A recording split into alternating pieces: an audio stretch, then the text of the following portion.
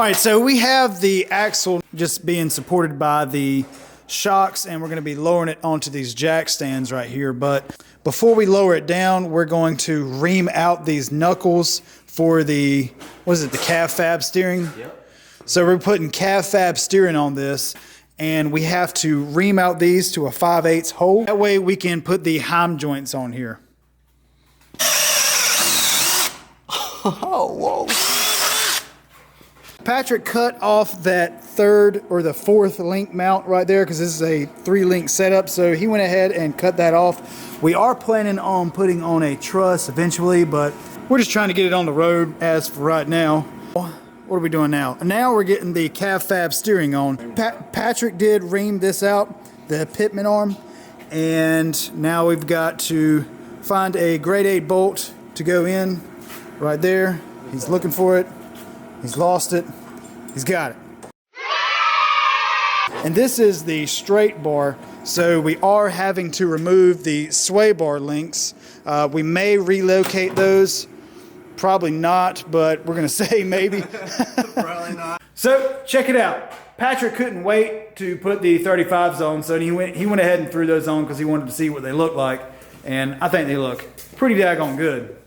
We don't have the track bar adjusted right just yet because we need to put the weight of the, I like to do my track bars with the full weight of the vehicle on the ground with the tires on it and everything. I like to do the centering of the axle, and I like to do the caster all at the same time. That way I do all my adjustments for this front axle at one time. So like I said, Patrick just couldn't wait. He wanted to put the 35s on. You're impatient. But I think this looks flipping good. Holy crap. I like it a lot. Man, and if this truck was like all of this color right here, that'd be sick too. I don't know. So as you can see, we got the big jack stand in the front. That is because we're starting to mess with the rear. So we really want to get the ride height pretty close. We don't want any Carolina squat, and we don't want it to look like a stink bug or anything. So we want it to be just about level. This is a spring under setup, and if you're not familiar with that, that means that the spring is underneath of the axle. And what we're going to do is we're going to weld new leaf spring perches on top and make this a spring over suspension system. So we may end up using these factory Comanche leaf springs. Just so you know, factory Comanche leaf springs are awesome. I love them. A lot of people swap them into other vehicles like YJs and stuff like that. I thought you washed this, man. Looks good to me. Like, what is this? Like, the whole truck is clean except for right where we're working. But Patrick pretty much raided my scrap pile and found some leaf spring perches, found some shock mounts, and some U-bolt plates. Yeah. We're going to start tearing this down, start loosening everything up, and then we're actually going to cut the U-bolts off, and the axle is just going to be supported by the leaf springs, and then we're going to pretty much take the axle out and then slide it right back underneath it. But we've got to cut off the brackets and everything, and then we've got to put the new ones on. So we'll start working on that now. I don't know about that. I mean, hey. You trying to sell this? Yeah. Look good to me. Honestly, it's not mine.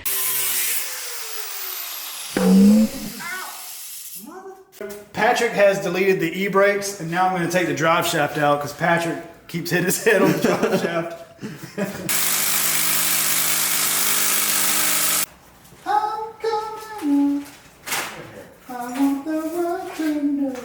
So the Comanches have this weird brake system in the rear, and basically what it is it, from what I understand, it senses the weight in the bed, and it will send more braking power to this one if you have more weight on this side of the bed.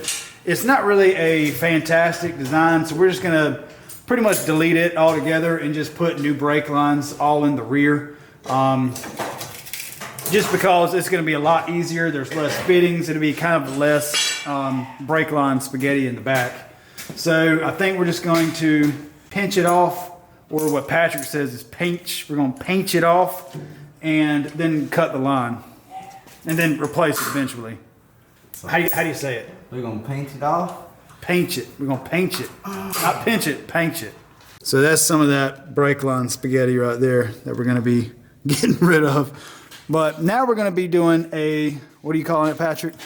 We're gonna do the U-bolt delete kit too. Where's the special tool for that? I got this right here. Okay.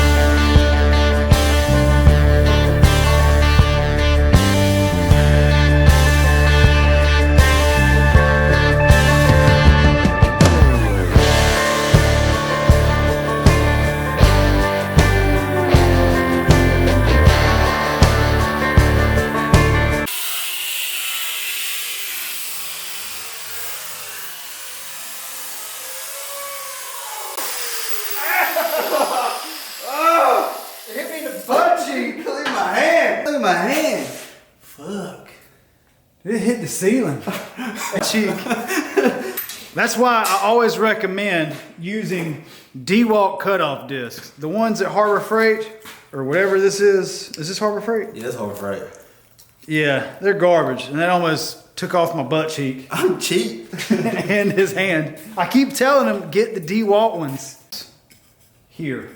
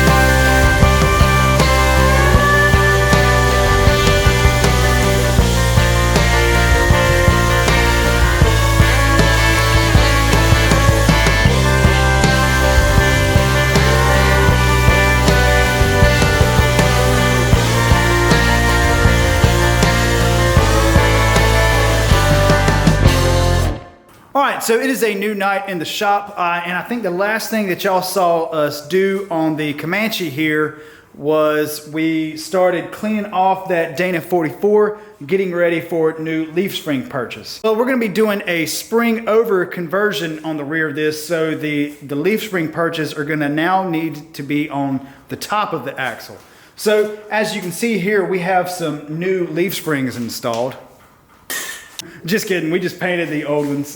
We're gonna try to run the factory Comanche leaf springs just because Comanche leaf springs are awesome. I love them. They're basically like the Chevy 63s of the Jeep world. So Muscle Man Patrick picked up the Dana 44 and put them on the big 18-wheeler jack stands.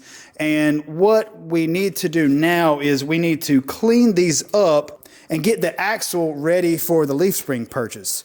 So these are going to be going on, you know, somewhere right along here. We've got to square everything up, of course. But basically, I need to get the center of this right here to the center of the leaf spring bolt. So I think what I'm going to do is I'm going to bring the Comanche down just a little bit to where this is almost touching, and then that'll kind of give us an idea of where they need to go. Now, I will say I'm not going to be fully welding anything until it's on its own weight. I just like to do a tack weld, and I like to get the pinion where it needs to be before I do any full welding, because I really don't want to have to use any of these shims. These are kind of like, you pretty much only want to use these for pre-existing leaf spring mounts, but if you do your leaf spring purchase correctly, you don't need the shims.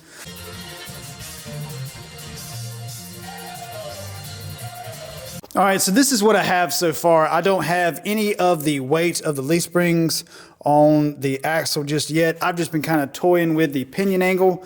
Most of the time I do it with a jack up under the pinion, but I found it's a little bit easier with like a ratchet strap to underneath the vehicle, a little bit safer. You ain't got to worry about the jack, falling or whatever.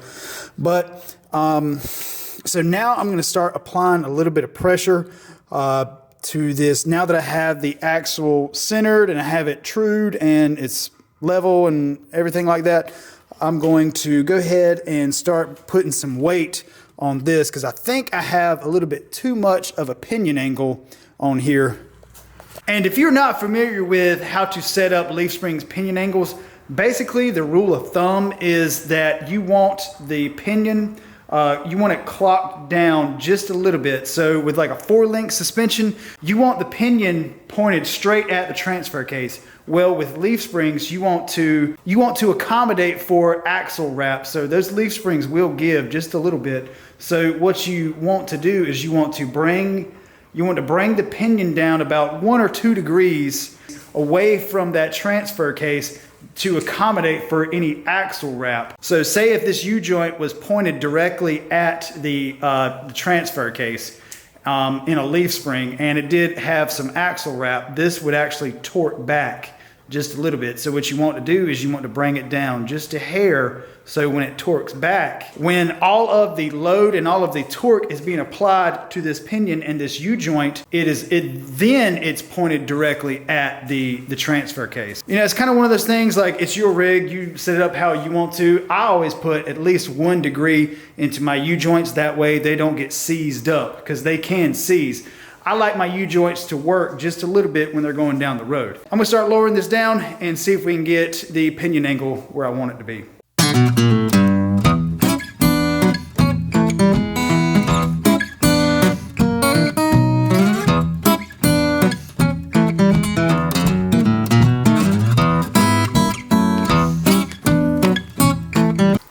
Okay, so I have measured this like 1.5 million times, and everything is coming up exactly where I want it. So I do have, I would say 99% of all the weight on the leaf springs right here. You can barely, so like, you see how that's like, yeah, so there's 100% weight on this. I do have the front supported, just so you know, so it's not like I'm doing anything sketchy, but no, typically I do this with the tires on, but I feel like it's easier to show y'all with the tires off. I've got my pinion exactly where I want it. It's about 1 or 2 degrees lower. Like, so say if this is the yoke on the transfer case, this would be pointed directly at it. I brought it down to about right here. So that U-joint is gonna have to work just a little bit. I don't want to get lazy on me. So what I'm gonna do now is I'm going to put the U-bolts in and check everything one more time, and then we're gonna tack it. So I'm gonna be using some new U-bolt plates. And we're also gonna be using, these are new. So anytime that you do anything with U-bolts, you want to make sure that you put new U-bolts on. So these are kind of like a one-time use only, unless it's like a off-road rig or something like that. And these got to squeeze in a little bit. So I'm gonna go ahead and start getting these U-bolts and these U-bolt plates in.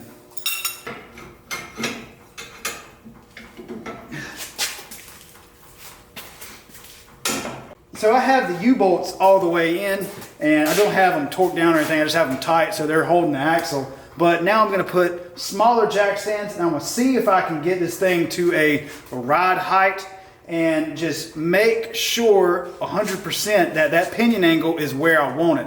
So I like to do that with it on the ground. Basically, most of the time I would put tires on it, but I'm just, I guess, feeling lazy right now. So I'm just gonna put jack stands on it and just kind of replicate ride height so that I know for a fact that pinion angle is correct. So we have everything welded in, but we just don't have it fully welded in. We actually ran out of welding wire, and of course it's 12 o'clock or 12:30 on a Saturday night, or so we'll have to get some more welding wire, but we're really impatient, and I think we're gonna throw the tires on to see what it looks like, right? So yeah, we're gonna throw the 35s on and see how close we are with the ride height. Hopefully it's pretty level. All right, here it is. Holy crap. This is exactly what we wanted. So these are the factory leaf springs in the rear. And like I said before, this is just a spring over conversion. We didn't do anything to change the suspension other than the placement of the axle. And now it's pretty daggone level. If that rear bumper was straighter, this would be absolutely perfect. I feel like we can fix it. Oh, we can fix it. You just got to back into something really hard. So there's still plenty of things to do. We still have to get the shocks on. We still have to finish putting the cross member in. We got to bolt it to the floor and bolt it to the unibody. We were just really wanting to get the ride height set because we were really not wanting to have to order parts for the rear. So that's why we kind of stuck a pin in the front and jumped to the rear. But now Patrick wants to go ahead and put this bumper on because we want to see if putting this bumper on is going to make the front go down anymore. So anytime you add weight to the front of the vehicle, it's going to change the ride height just a little bit. So Patrick is going to take this front bumper off and get the new stubby one on. Also, Patrick robbed the grill I had on the wall. He took all of that off, and he is going to be swapping off the black for the chrome. I mean, the chrome for the black.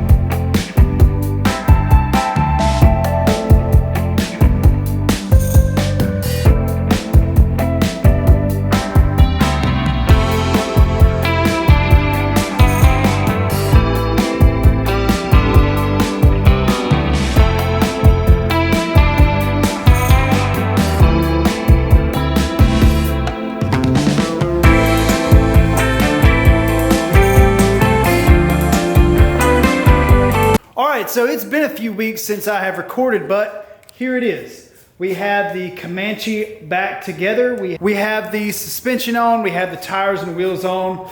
Patrick threw a winch bumper on the front, and I don't know where that leak is from. That may have been from the WJ that I had in here earlier this week, but I think it looks awesome. What do y'all think?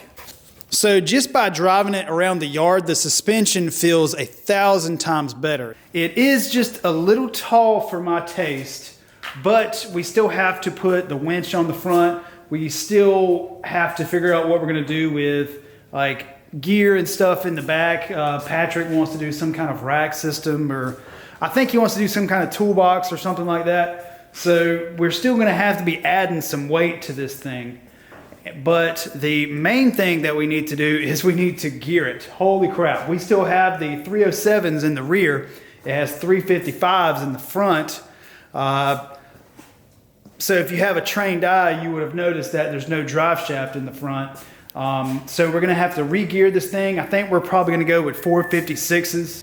It really probably needs 488s, but I really don't like to put 488s in Dana 30s just because that pinion just gets so small.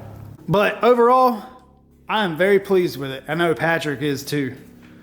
So you can see it's got my old Comanche seats. We ended up putting a ball shifter in there.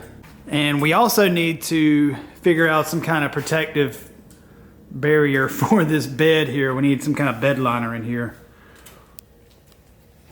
Oh, check this out. I don't know about y'all, but those stickers were really popular in my town when I was a little kid. It was like some little kid like R. Kelly and on something else. I want to bring the stickers back in style. You know, like a cartoon ditty or something. I don't know if I can say that on YouTube. But anyway, guys, I appreciate y'all watching. If you don't mind, hit that like button and make sure that you are subscribed so you don't miss out on any further content. We will continue working on this thing. We've got to do paint, gears, lockers, some different odds and ends. We've got to fix the dent. But we're going to be doing it all right here on 6 Feet Under Fab, so definitely check that out. And we will see y'all next time.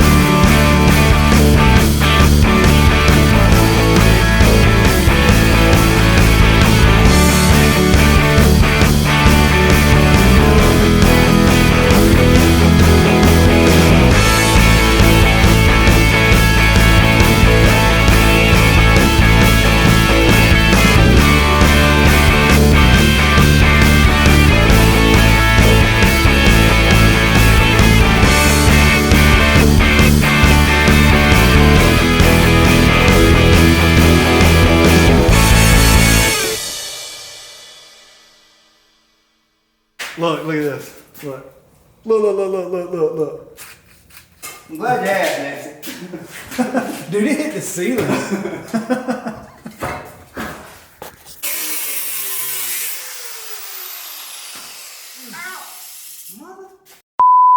I got it on camera.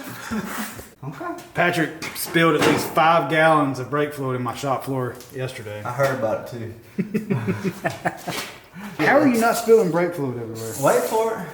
When she goes down, she leaks.